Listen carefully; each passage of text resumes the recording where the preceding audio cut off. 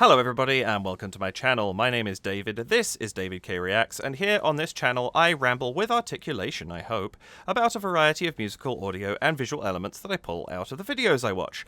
And today we are coming to the sequel of VoicePlay's In the Hall of the Mountain King, or at least I understand it to be thus, and that is Classical Chaos featuring Rachel Potter by VoicePlay. And I am super excited for this one. I know a tiny bit about this just because I'm on the VoicePlay Discord and all that sort of thing, and so it's difficult to avoid comments sometimes. So I know there's a lot of classical music in this, and that it involves the characters from In the Hall of the Mountain King. And I am super hyped to see what they've done with this because I enjoyed that so much. It was such a great example of what vocalization can be, that you don't have to sing words to be evocative and that sort of thing. And I have no idea what I'm expecting with this one. I have deliberately not looked into what they include. I pulled up the thing, I immediately full screened the video, and the only thing I can comment on right now is that with this as the starting screen, and the fact that I've been watching Agatha all along, it just looks like The Witch's Road to me right now. But yeah, I know they're going to do cool things with this. Rachel is a fantastic guest artist for them. Obviously, it was Lizzie Garozzo in the original, in the Hall of the Mountain King. I say the original, I mean like the first video in the series. And I love that they've gone back and revisited those characters because it was just such a lot of fun. So yeah, I'm really, really looking forward to this one. I think it's going to be a blast. I was a classically trained musician for years, so I don't know what music they're going to include, but hopefully I recognize it. I feel like it's probably going to be a lot of, fairly heavy hitters. But even then, I hardly am a walking encyclopedia of classical music, so I don't know what I will know and what I won't. I'm assuming from Classical Chaos as a title that there is more than one piece of music. Obviously, In the Hall of the Mountain King was very specifically that. So, yeah, maybe I'm talking nonsense, in which case I might cut this section out if it turns out to be absolute tripe. But yeah, I'm looking forward to it. I think this is going to be a lot of fun, and this is a great piece. This kind of concept is a great thing to start Halloween month with. As I record this, it is the 1st of October. I don't think I'm going to be able to do a theme month this year for Halloween where I do 2 videos a week. Obviously, I will theme my videos, but where I sort of say, okay, this is a month, I'm doing 2 videos a week, I don't think I'm going to be able to get that done just because of my work right now. It's all a little crazy and my time is comparatively limited. But we'll see. If I can do it, I will, but I'm not promising anything at this point. I think that's all I've got to say, because I don't know what I'm expecting here. So yeah, I will just say welcome back to my channel. Welcome if this is your first time here. If it is, the way I work is I'm going to watch this from beginning to end. I will comment and emote over the top of that. I will then go back and watch it a second time, this time pausing and interrupting and offering what commentary and analysis I feel I can based on what I've just seen and heard and the foreknowledge of having seen it once before. If you just want the reaction, the first quarter or so of this video will probably be that for you. Please do like and subscribe and hit the notification bell. And if you would care to, you can donate to support the channel at buymeacoffee.com/DavidKReacts, at patreon.com/DavidKReacts, or by leaving a super thanks here on YouTube, all of which would be very, very greatly appreciated if you would care to do so.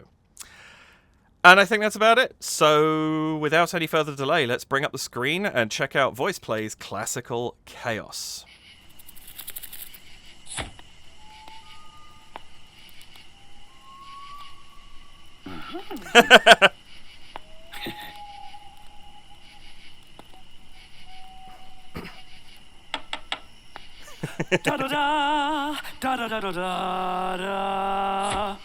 Of course. Summoned by the music. Woo!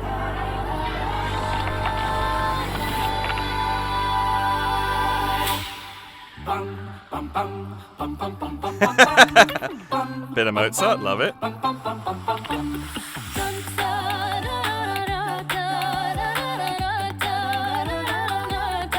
Oh, I love this harmony.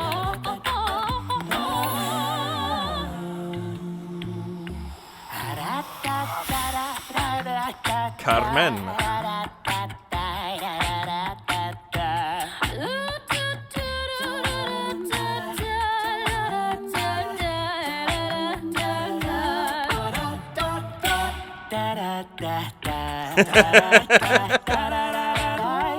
Oh, these interactions are brilliant.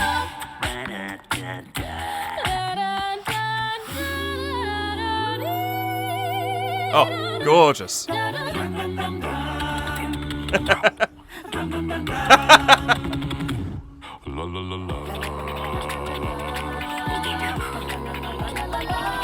Woo! Hello, Jeff.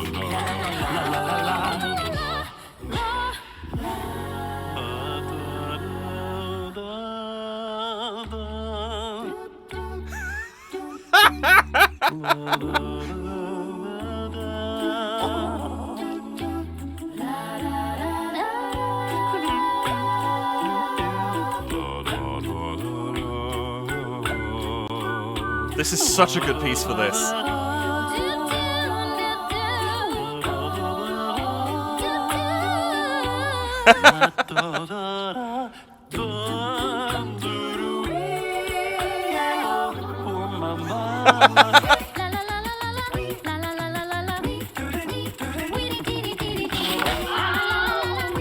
I don't know what this is. Okay, so there is something I don't know.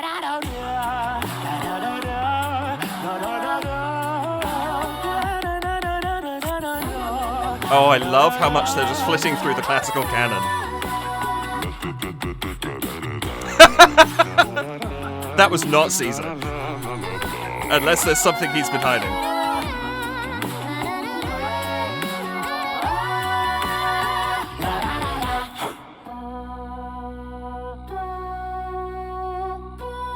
Elsa's pass out too strong. Yes.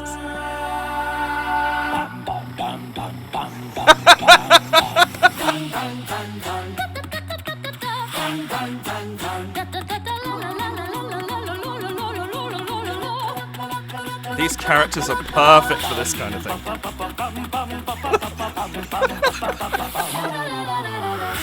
Ooh. Minor can-can.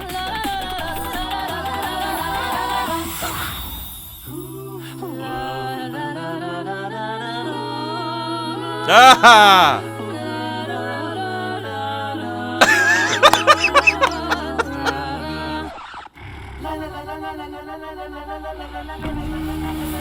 Okay. A bit of Mussorgsky makes sense.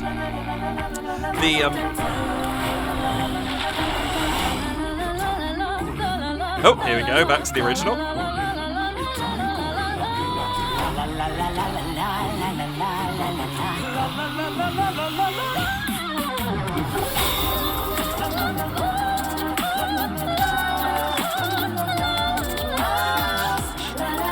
Oh, this is so good.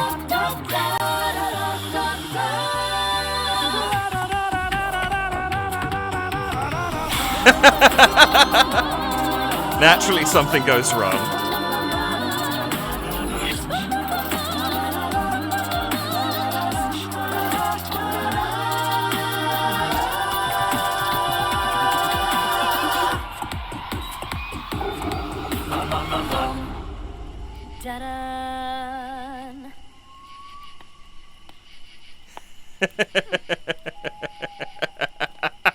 Oh, I love it.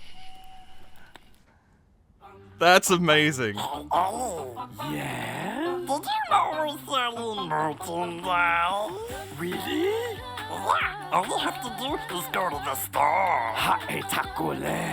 What does that mean? Means good.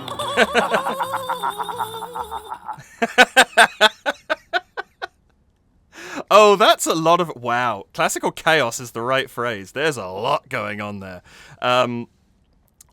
I knew everything there except the one piece. I don't know what it was. I will have to see if they mention it in the description. But, oh, that is so good. The amount they troll through. Dance of the Hours, Ponchielli. I have absolutely no idea. Momentary pause while I go and see if I actually know this piece and just didn't recognize it.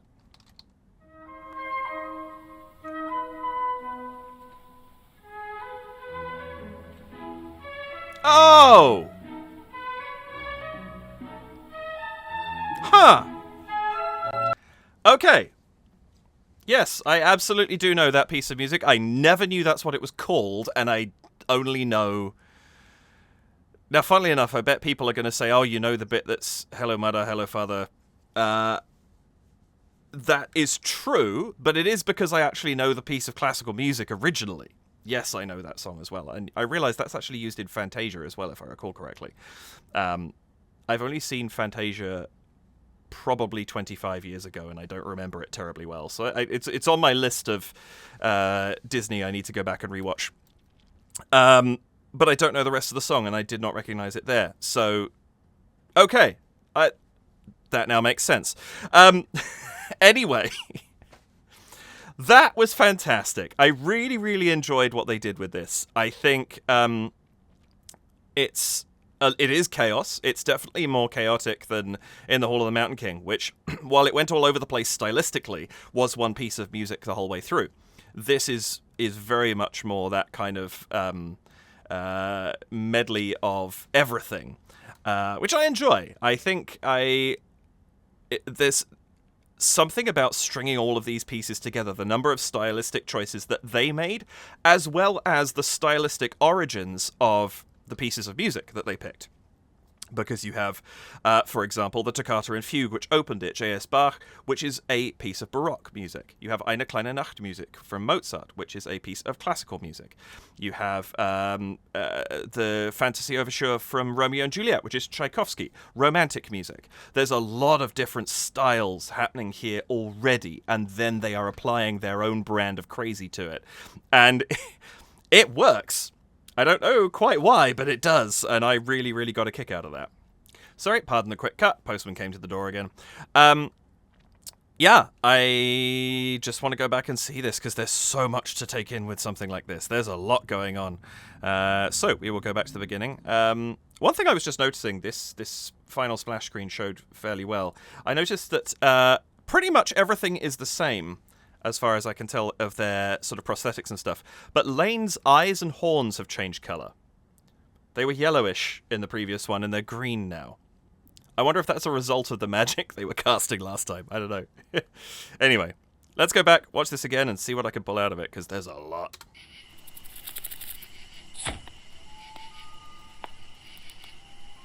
I love, actually, just this setting. The centre podium... It's got the same feeling as the cauldron, but somehow the fire and the pedestal with the book on it at the same time with the moon just above it, there's a real... there's a satisfying feel to that, the center point of this frame. And I like that a lot. This is also denser, I think, than the original was, if I recall correctly. The forest around and all that sort of thing. I think one thing that shows to me is I can see in this video, or I feel like I can see, how they have advanced in some of their techniques of their filming since they did the original. You know, some of the visual effects that are being applied to this, things like that. It's just, it looks a little bit slicker than the original did, and I really like that.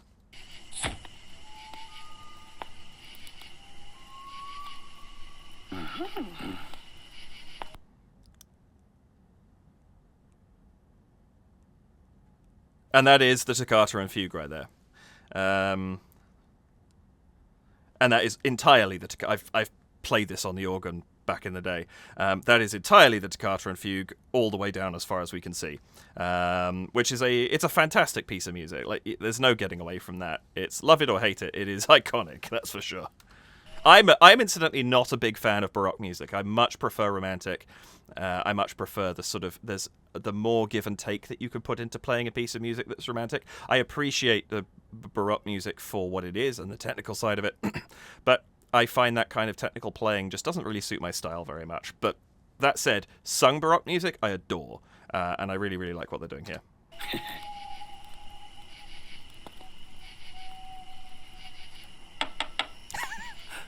I love this as the start, because I have said, I think on this channel before, the closest thing in real life we get to a genuine magic wand is a conductor's baton. Because you wave it and magic happens. And I love that that's kind of what we're getting here. That's really cute.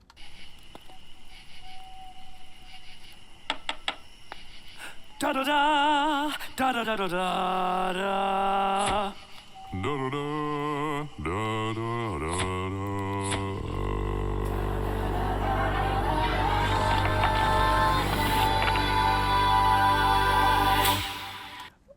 such a great opening. I love that. It's great. I think the idea of gradually bringing everybody called by the music, by this spell, ultimately conjuring Rachel's character, who, it would appear, is the most competent of all of them. Which I think was the case in the last video as well. I think Lizzie was the most competent as well. But I love that idea of the final resolution, the tierce to Picardy, or the Picardy third, going from minor to major as she appears, I think is an absolutely wonderful touch. This is just a fantastic opening. Abbreviated slightly.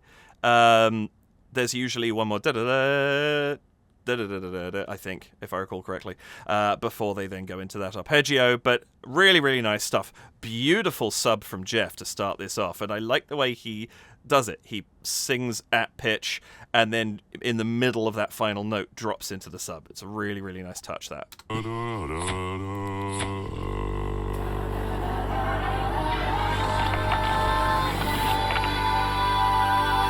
There's an interesting sound effect there, too.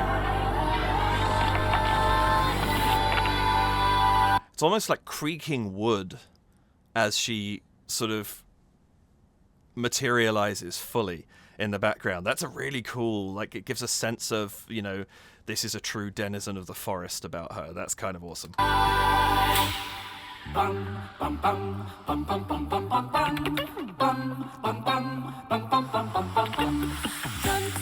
I really enjoy Lane's little interjections there. Eine kleine Nachtmusik, of course, very, very famous piece of music. Possibly one of the most famous openings. I feel like if people even don't recognize the actual main bulk of the music, they would recognize this much of it up to this point. But those little sort of percussion interjections that Lane is providing at that point are a lot of fun, and they kind of... The beginning, if anything, was slightly dramatic. It was the kind of theatre kids at play in terms of creating an ambiance. Now it's immediately kind of becoming a little bit more goofy, and they're implying a little bit...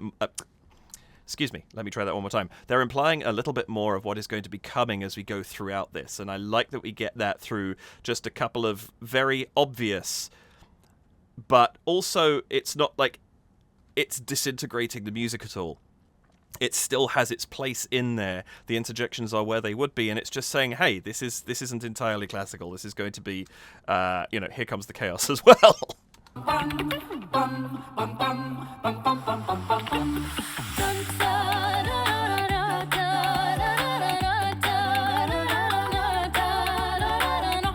This harmony is fantastic. That rising line, I assume Caesar and Ellie, coming up through that's gorgeous, and it gives a levity to this. Like, the whole thing's very light already, the way that they're performing it. I really like that. I also like the performances of the characters. You have Caesar and Jeff kind of looking nervous as to what Rachel's up to, Ellie actually looking quite confident and happy about the whole thing. Also, I want to talk, and this is a great frame to freeze on for this, Rachel's makeup. This design of her lip and the scars going the two above and the one below, or is that meant to be like a kind of, she's got like a 5-part mouth? Whatever it is, the way that they've designed that prosthetic of the sort of the cut or the wound or the scar, whatever it is, that's really effective, and it sets her apart from the others as being this kind of, you know, a slightly different being to all of them. I really, really like what they've done with her in this. It's awesome.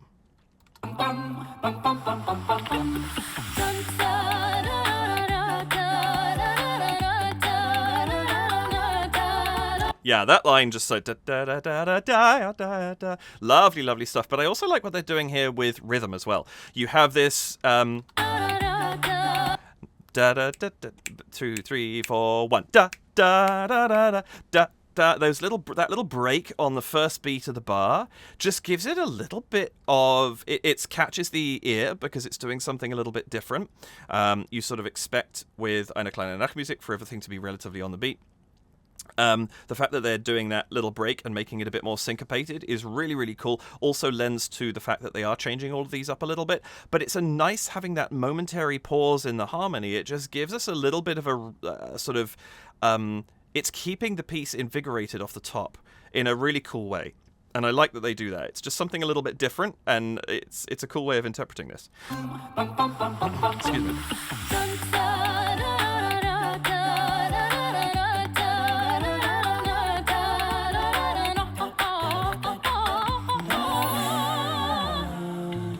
I love the fact that she goes from into this more operatic tone of voice as she's going up in that line. It's naturally a little bit more riffy, which is in a very operatic style, so it suits what she's doing there.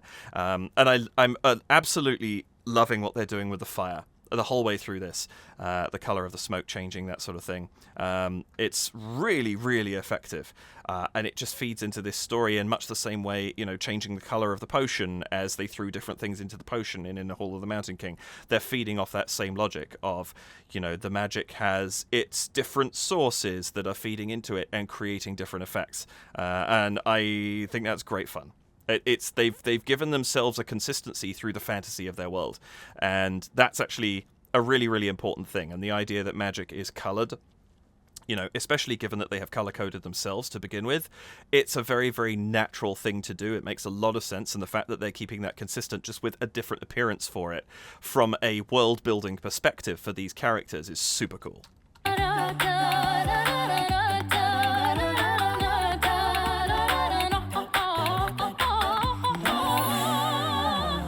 Some fascinating... Sorry, there's a lot of stuff to discuss here. This video is going to be very stop-start.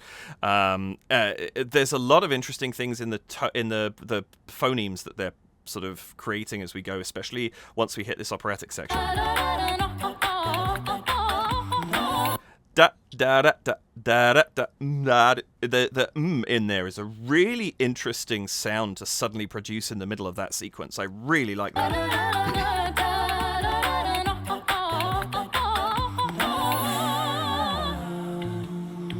And it allows them to fall back down into the habanera in a really cool way, because you've got that kind of... I'm not 100% sure of the sounds they're producing, but that fall back down again is kind of set up by that little... It's a tiny, tiny thing, but it trains the ear very slightly to know what's coming next, and I really, really like that.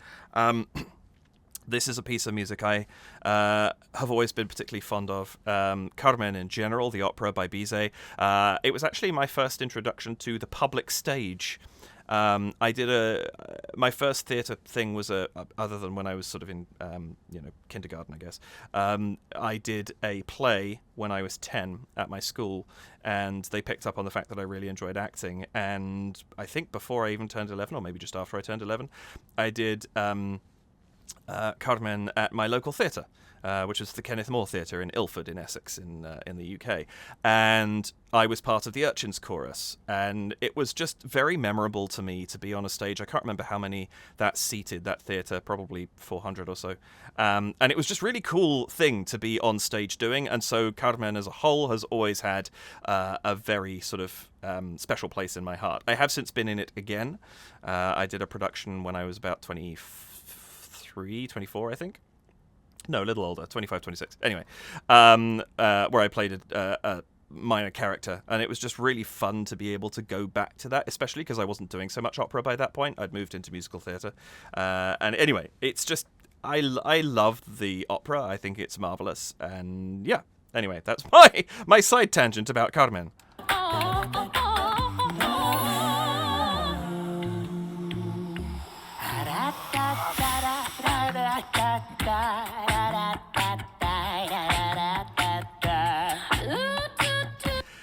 Caesar's mannerism here is fantastic. I love that he looks like he's...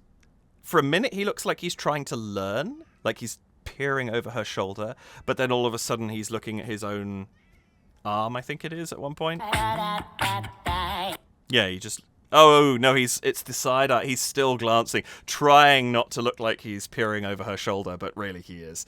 That's really cute. I don't know if is he trying to learn or is he just fascinated by what's going on? I don't know, but I love the fact that he's so engaged. He's very puckish, and I think it really, really suits the sort of this piece of music particularly, and the way that he's chosen to perform it.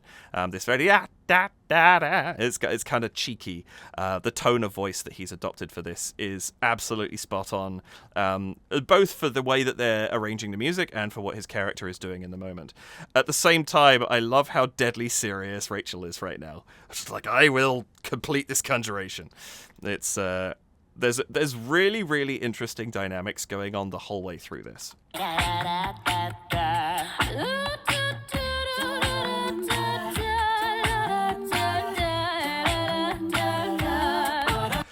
That's so cool. Firstly, I love that you get this kind of call and response thing where she, okay, no, you don't, and then carries on casting. Makes a great deal of sense. She's obviously got this. She's got this imperious quality about her, and kind of slapping down the minion who's trying to get too nosy about what's going on makes total sense. But I really, really like the harmony that we have under this section.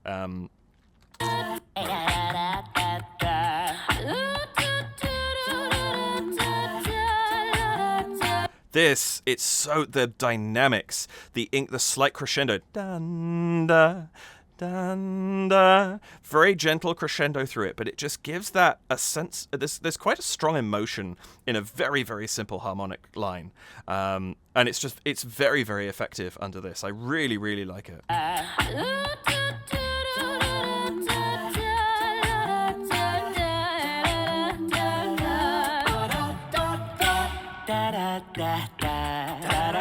I love the little sense of reverb that's on Lane right there on those dum dum dum, and it's just there's a bit more ring to it,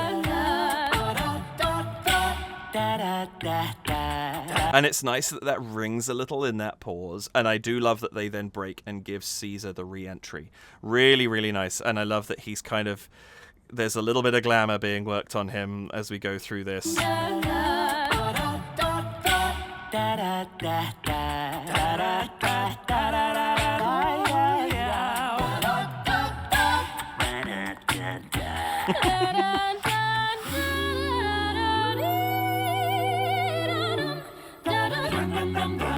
The engagement of all of the characters is so good. I love this idea that Ellie's just been waiting for her to focus on Caesar so that he can get in there, but she's just on top of it. And the kind of vocal slapdown in Lane's tone is kind of fun as well. This is so well put together. There's a lot of intricacy in all of this, and I really, really appreciate that.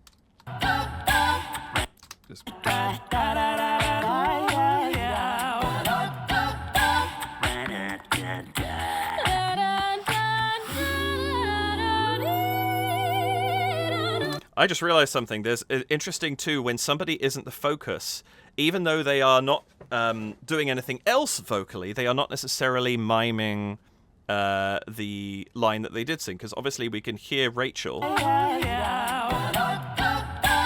up there, but she's not actually moving her mouth at that point. And I quite enjoy that, because it means she can focus on her character having the reactions that she would have without necessarily having to represent the vocalization. And yet as soon as she is the focus here in this next line, then she is singing on screen as well as in the recording. And I actually think that's a nice choice. I know, what? I didn't do anything. Yeah, right.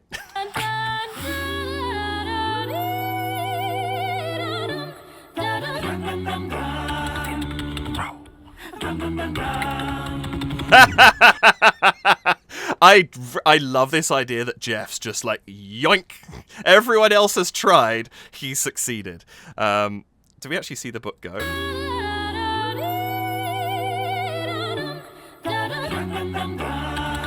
No, we don't. Again, I love, everybody knows that. Dun, dun, dun, dun. be very surprised. Let me know. Did you hear that for the first time in this arrangement? I think it's unlikely, but I'd be interested to know if that is the case. But I love that we have this very, very famous piece of music, but at the same time you have the coming from Lane. So again, same as I was mentioning with his little interjections with Eine kleine Nachtmusik, we get here to Beethoven's Fifth. One of the most famous movements of a symphony probably in history. And yet it's immediately updated. It immediately fits in with this world specifically. And I like that. And I just enjoy Jeff's glee at having successfully stolen the book and taking on from here. It makes total sense of all of the lines in any of this that he gets the dum dum dum dum. Makes total sense. La, la, la, la.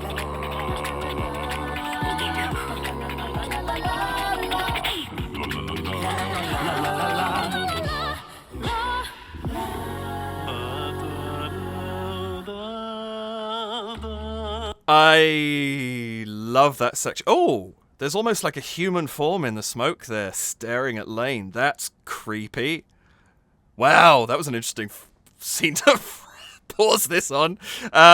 Anyway, going back to where I was, I love the levels that this section climbs through.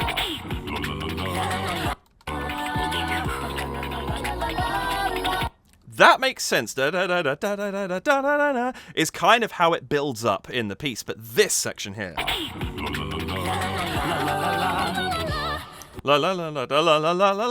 It's shifting all over the place. I really, really like that amount of motion for this. It's kind of... It feeds into the chaos in a way that the piece is kind of slightly disintegrating, but at the same time being held together, if that makes any sense at all. It doesn't sound fractured, but it sounds more kind of stretched in a way that's actually really, really effective, and I like that a lot.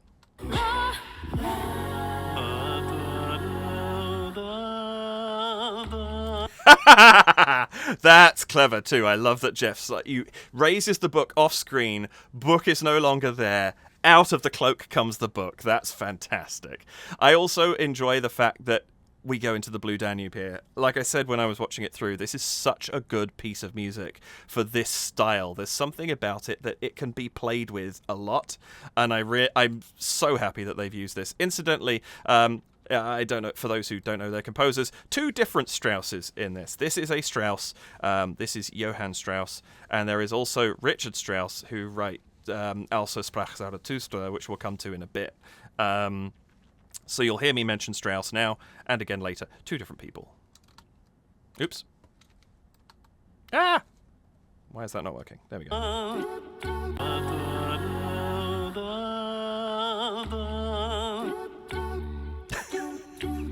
love that Jeff doesn't even realise he's lost the book. I missed that when I watched that through.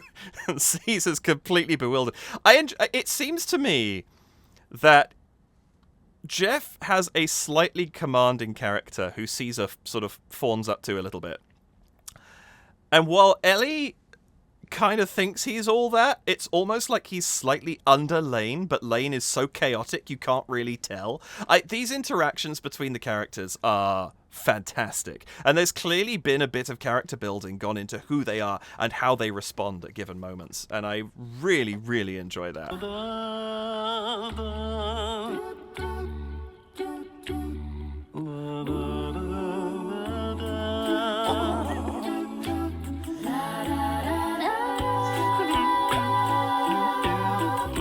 He's tapping a tiny bit into his drunk self from the previous one as well, and I enjoy that. There's the range of vocal qualities he goes through in a very short space of time is very, very impressive. He's so impish in his behavior here too.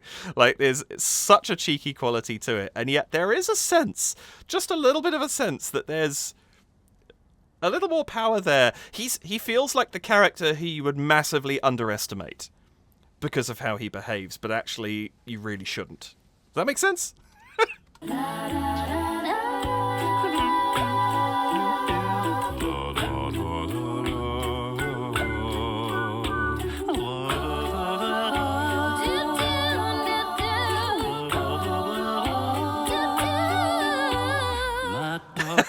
I really, really enjoy the way that they've chosen to do that, the way they've adjusted, they've given Rachel that little bit of a riff.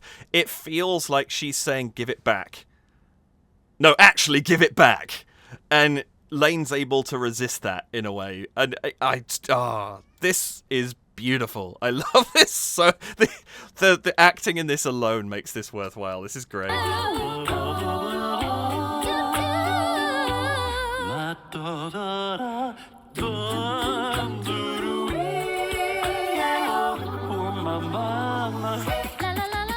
And I love that he almost accidentally gives it back too.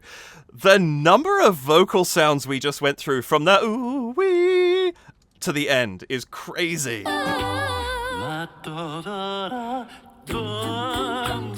Even that duh, the slide up there. There's so much going on.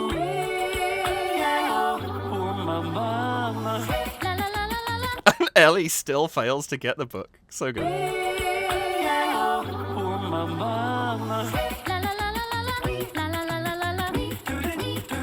Oh, did I just have I missed something this whole time? Is the smoke the color of whoever has the book?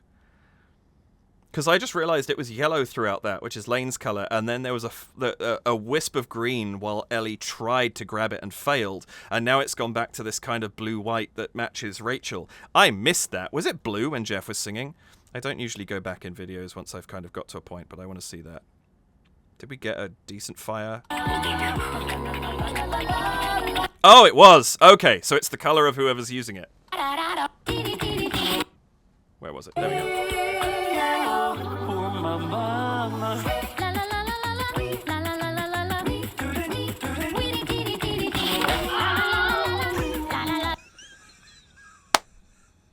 Oh, the Wilhelm scream! For any who don't know, that particular scream that just played when the book was slapped shut on Ellie's fingers is known as the Wilhelm scream. It is an extremely famous scream. You will hear it probably in 1 in every 3 movies that you ever see. It's been going around since, I want to say, the 20s? No. I can't remember exactly when. I will put a note up here with just a tiny bit of information, because that is an incredibly famous sound effect that has been around for a very, very long time and is used almost partially in pastiche, I feel like, at this point in time, but also in tribute, and also because it's just a good scream sound effect. But I love that.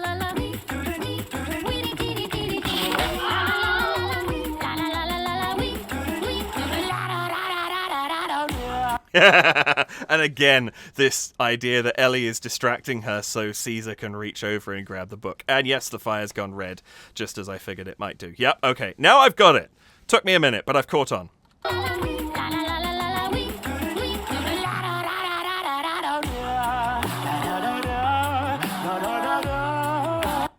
Fur-Elise, of course, very famous piece of Beethoven's music. I enjoy the fact that we're including a couple of composers in here. Or is it just, it might just be Beethoven. Just trying to think through what's in it. Maybe it's just Beethoven who's in here twice, but I like the fact that it's 2 different pieces that are very different styles by him. Both in a minor key, but there is a different vibe to each one. I love the fact that it's got this really heavy percussion to it. It kind of makes the piece sit a little bit more. And I really like that. I think that's very effective.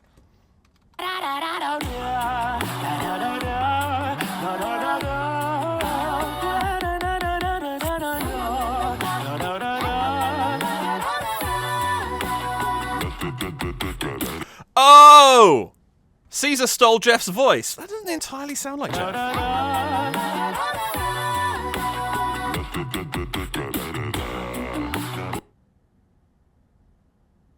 Is that Lane? That feels very low for Lane, but that doesn't sound like Jeff. Let me know in the comments. I am curious. But I love that Caesar steals his voice. That sense of just experimenting a little bit with the magic and achieving different things. I also enjoy the fact that, of course, in another famous example of Jeff being blue, when he was Ursula in The Little Mermaid, he stole Rachel's voice. And now Caesar is stealing Jeff's voice. There's a nice full circle moment there.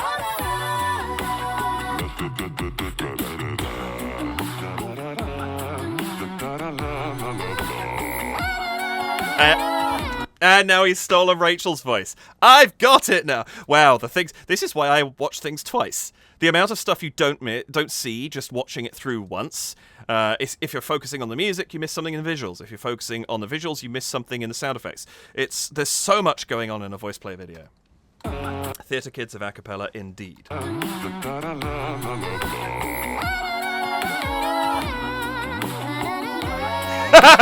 His sense of, oh, this is fun, but also, this is what it's like. I really, really enjoy that.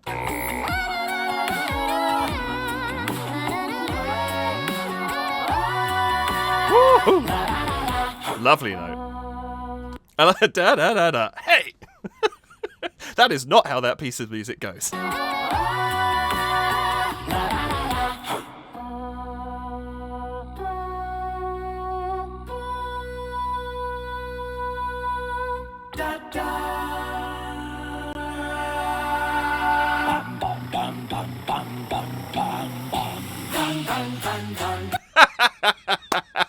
Firstly, I love that we have a moment of Also sprach Zarathustra in here, which is the other Strauss. Great piece of music. I really enjoy what it does for the pacing here and for Rachel's demeanor.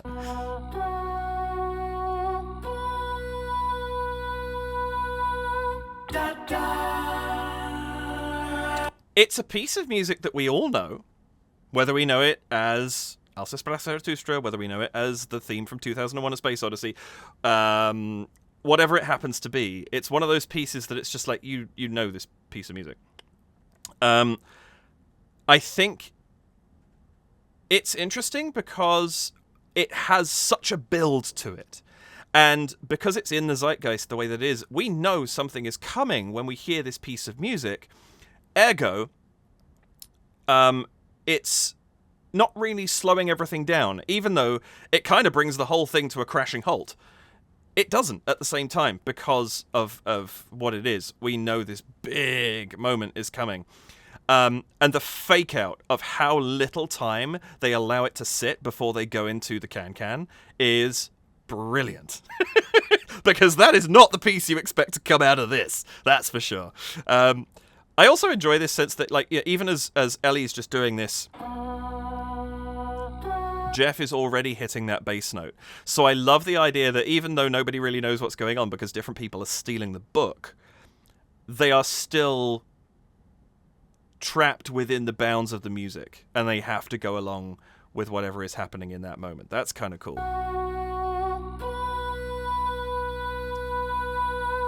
Rachel's look of, that one? How dare you?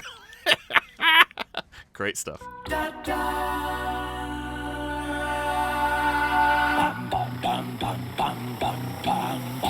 Nice choice here, because that's timpani in the real thing. The boom, boom, boom, boom. I love that you've kind of got a dum, dum, dum, dum, this growly kind of sound. And instead of having that done by Lane, which could easily be, the boom, boom, boom, boom kind of thing, however he would do it significantly more professionally than that, you have this drum roll coming from Lane that you know that this is leading into something, and then it leads into something completely different, and the drum roll just kind of gets us there. It's a really, really smart decision. I like that a lot.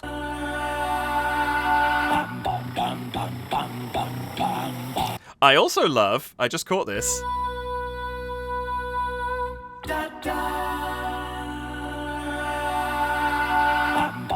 even though Caesar is singing along with it all, he is so mad that Ellie is doing this. Lane almost looks worried about the whole thing. It's like, is this a spell that's going to blow everybody up if it keeps going? Like, there's storytelling in everything that's going on throughout this video, and I'm fascinated to know precisely what is happening here.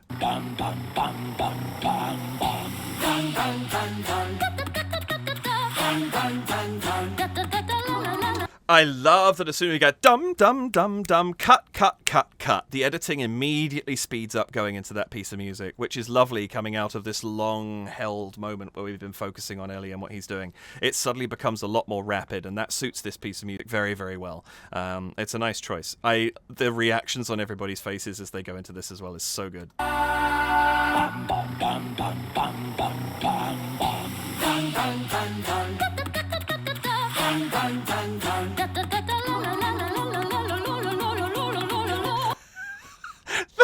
the harmony at this point. They do. That's so funny. Again, voice, play. Exactly what is happening in this at every moment.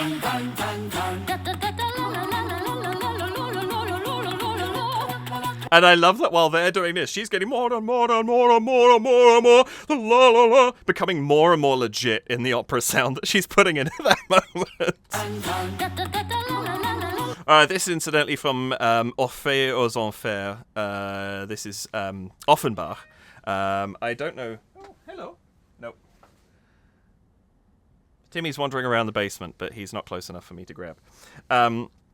I enjoy the fact that that we have this here. I don't know the opera at all. I just know this piece of music. I probably know a couple of others if I heard them, but not sort of knowingly. I don't think I've ever listened to it the whole way through. But yeah, this of course is a fantastic piece of music.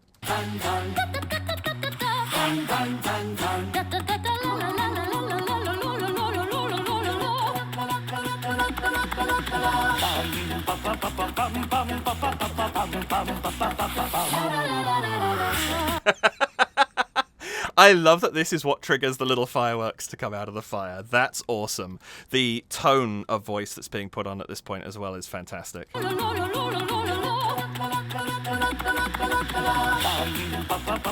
Oh, the little fireworks up top too. Hang on.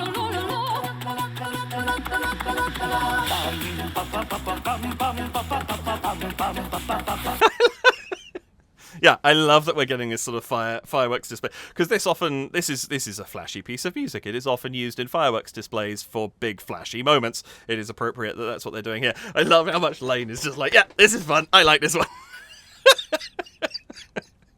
This is crazy. And then it turns minor as she takes the book back. I love that. That's so good. Oh, is Caesar actually can-canning? He is. Oh.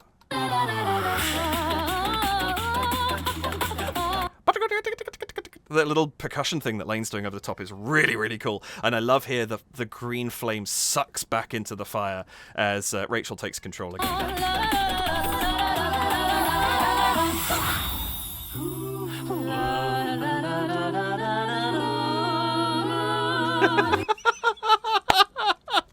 And as the Tchaikovsky swells in, we get this beautiful romantic theme.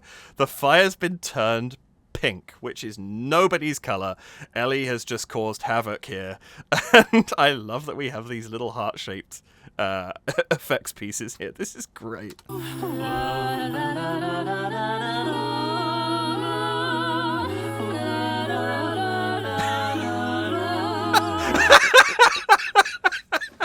Jeff's response, that is so perfect. Oh my goodness, I'm done with this. This is fun. This is fun. I love that we have this total out of the blue. Does Ellie even know what he's done here? I don't know.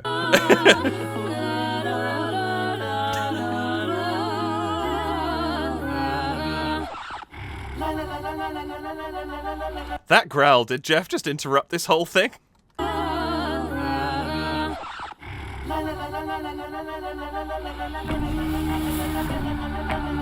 And as the magic gets frantic, this is such a good piece of music for that kind of frantic, unsettled feeling. This is The Night on the Bald Mountain, Mussorgsky. Monte Baldo, incidentally, I have actually been to. It's in Italy, and yeah, you can take a gondola up to the top, and it's quite beautiful up there. But the by gondola, I mean the cable car type. You don't get a Venetian gondolier to take you up a mountain. That would be a lot of work. But I love that as we get to this music that is inherently la la la la la la la la la la la, it's inherently more tense. You get the big flames coming out. Like Rachel's looking genuinely concerned at this point.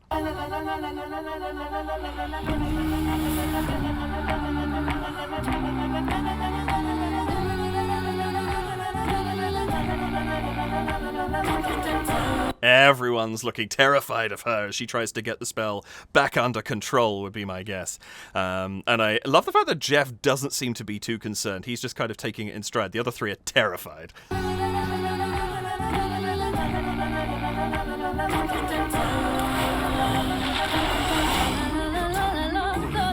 And is that the spell they were trying to contain, or is that something she deliberately released? I wonder. And I love that you get out of this, the franticness. There's almost, because they're going back to something they've already done, it's almost like in a meta sense outside of this song, they're retaining control or regaining control because they're going back to something they've done before and they know, which is quite a nice touch. I like that.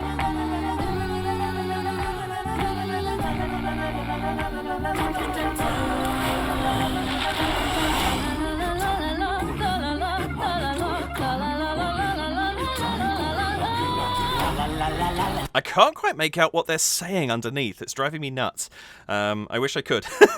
Maybe it's made up. I don't know. If somebody knows what's being said at that point, let me know.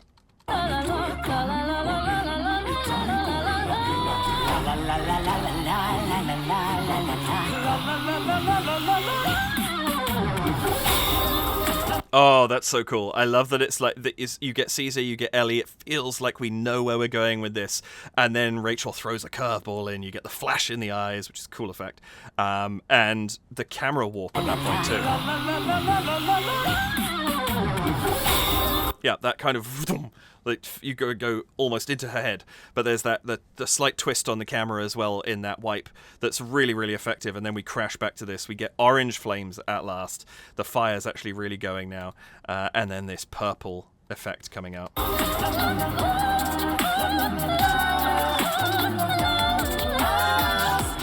I love that we've gone to something that is not the same as it was the last time, too. Like, this is their own version. And I love this wail in Rachel's voice. This la, la, this kind of cry that she's got on her voice at the top there. Really effective over the top of this.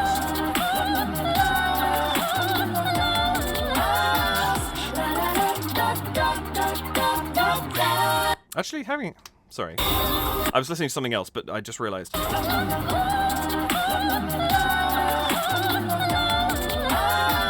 It's only really right at the end there. She does actually go down. La! She doesn't slide the whole way down, but it almost gives you the effect that she does. I actually misheard that because I think that cry right at the very, very end. But I love that. It's kind of got this sense of we're not sure of where we are, and I really like that.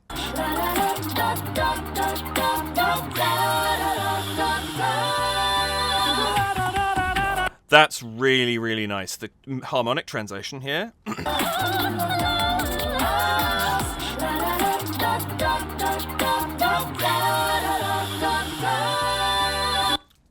Dum, dum, da, da. They're really, really nice motion there, I think. Is that maybe the minor sixth they go to?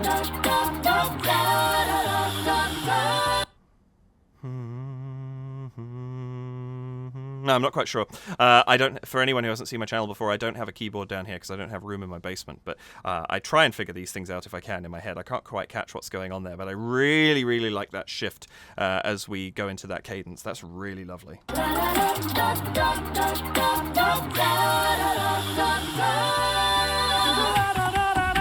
Oh, let's see. I think it's just last page. Very important. Don't lose.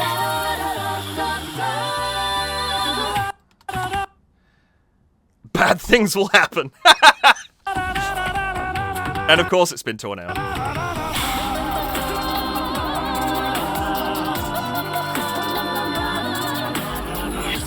Oh, the harmony there. Beautiful.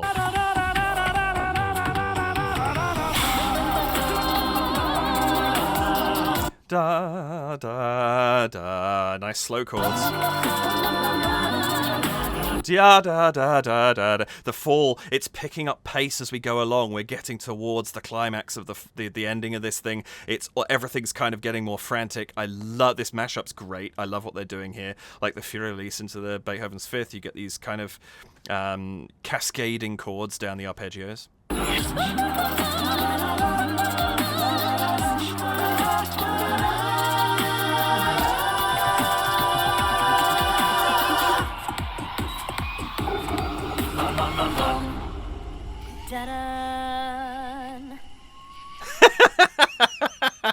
Such nice stuff. I love this build up here. See, like, come on, gimme.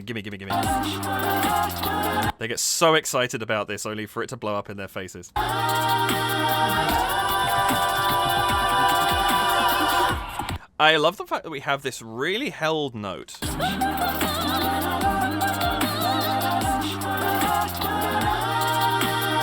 We got all this going on underneath. We get that continuing as it climbs up a little bit in pitch. It's kind of, again, building. We're building. There's constant building throughout all of this. And then she gets the last page out, and everyone's like, uh-oh. Except Jeff. Again. I love how pragmatic Jeff is in these. He's like, Caesar's panicked. Lane's panicked. Ellie looks like he doesn't quite know what's coming. Jeff's just like, oh. The expression right there, right before the cut. Oh, I can't catch it. Why can I not catch it? I want to study what they're all saying. Like, they're all there. Right there. Yeah. Ellie looks like he has no idea what's coming, for sure. And Jeff's just like, oh. He's even more fed up than he was when the Romeo and Juliet was happening. And I think this is the thing. They have earned every moment of this because of the character development that they've done through this. Like, you get to these big reactions, this whole split screen thing, close up on each of them with their reactions. And they have earned that because their characters have led to this point the entire way through the development of this piece. And that's magnificent. I think that it's a great example of character building with very little. It's not like they're standing there going, I'm the angry one, and I'm ticked off at all of you, and I'm fed up with everything that's going on, and I'm terrified, except I'm going to, suck up to whoever has the power at the moment. None of that's going on. It's all done in mime, like physical mime, and vocal tones, and things like that. And I think that's great. I think it's wonderful what they've put together with this. I really, really enjoy the characterizations. I think it's fantastic. Nope. Let's go back.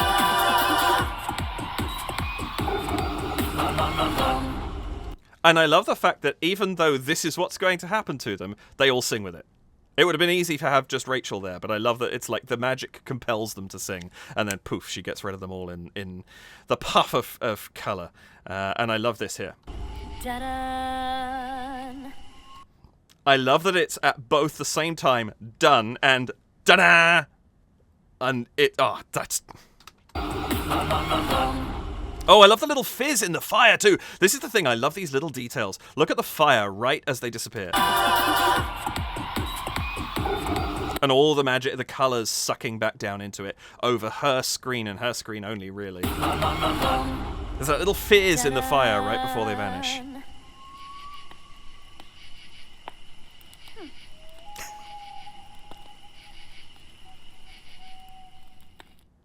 That's magnificent. I like this a lot. This is a lot of fun. It's a great follow-on from The Hall of the Mountain King. In The Hall of the Mountain King.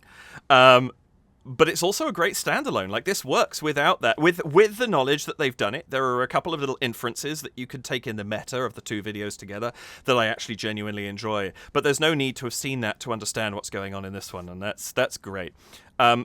This is a lot of fun. And there's a couple of pieces of music in there. I'm like, I want to go and listen to that. I haven't listened to that for ages.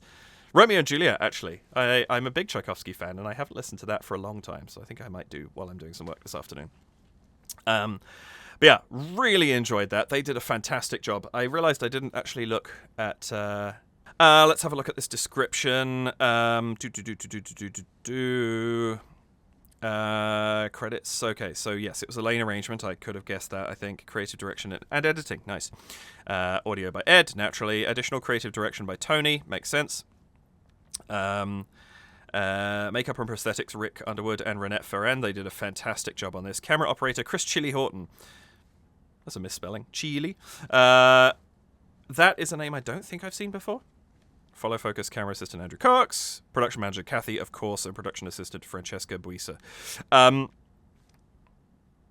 recognize Buisa. Is that a different Buisa? I can't remember who the other person was.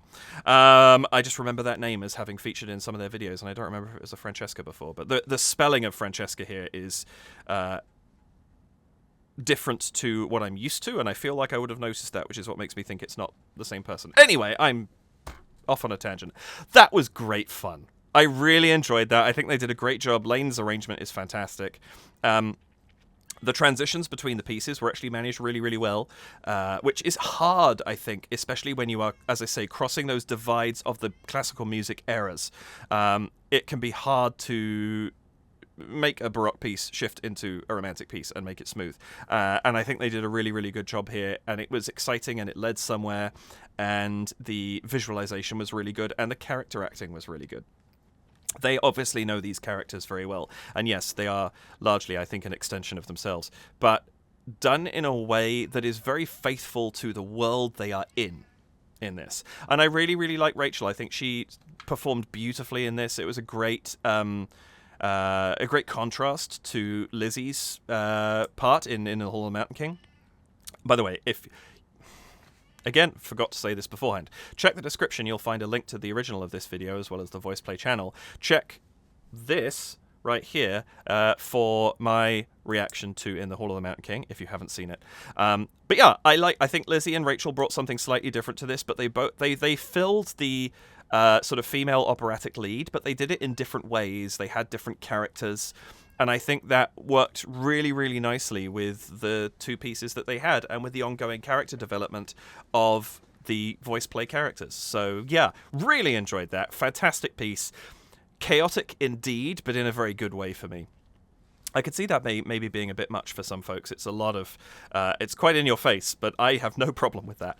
So yeah, that was that. Thank you very much for joining me. I hope you enjoyed this. I hope I brought something to you, whether it was the song or voice play themselves rather. If that is the case, please go out and check more of their stuff. They're amazing. Go support them, subscribe to their channel, and so on. Or maybe you've seen this many, many times, and I pointed out that tiny little visual thing you hadn't seen before, and you go, oh, that's cool. If I've even managed that, that's my goal here. So, yeah, hopefully you got something out of this. Please do like the video, hit the subscribe button and the notification bell. And if you would like to support me, you can do so with a one-off donation of any amount at buymeacoffee.com/DavidKReacts, with an ongoing support at patreon.com/DavidKReacts, where I have two tiers of $2 and $4 Canadian dollars. And you get access to my Discord with either of those. And the names of my patrons will be up in a moment if they're not already. Or you can just leave me a super thanks here on YouTube. And there's no pressure, but any of those would be very gratefully appreciated. That's it for this week, at least. I will see whether I can get to a point where I could do 2 videos a week, but I'm not expecting it. It'll be a bonus if I can. But thank you very much for joining me. As I say, I hope that you enjoyed this video and my reaction to VoicePlay's work, because that was brilliant. Do take care of yourselves. Have a wonderful afternoon. Not an afternoon, wonderful. Morning, evening, whatever time you're watching this. Let's say 8:22 a.m. Let's go for that. See if someone watched this first thing in the morning. I'm sorry if you had to wake up to me rambling about that. Look after yourselves. Take care, and I'll see you in the next video. Bye for now.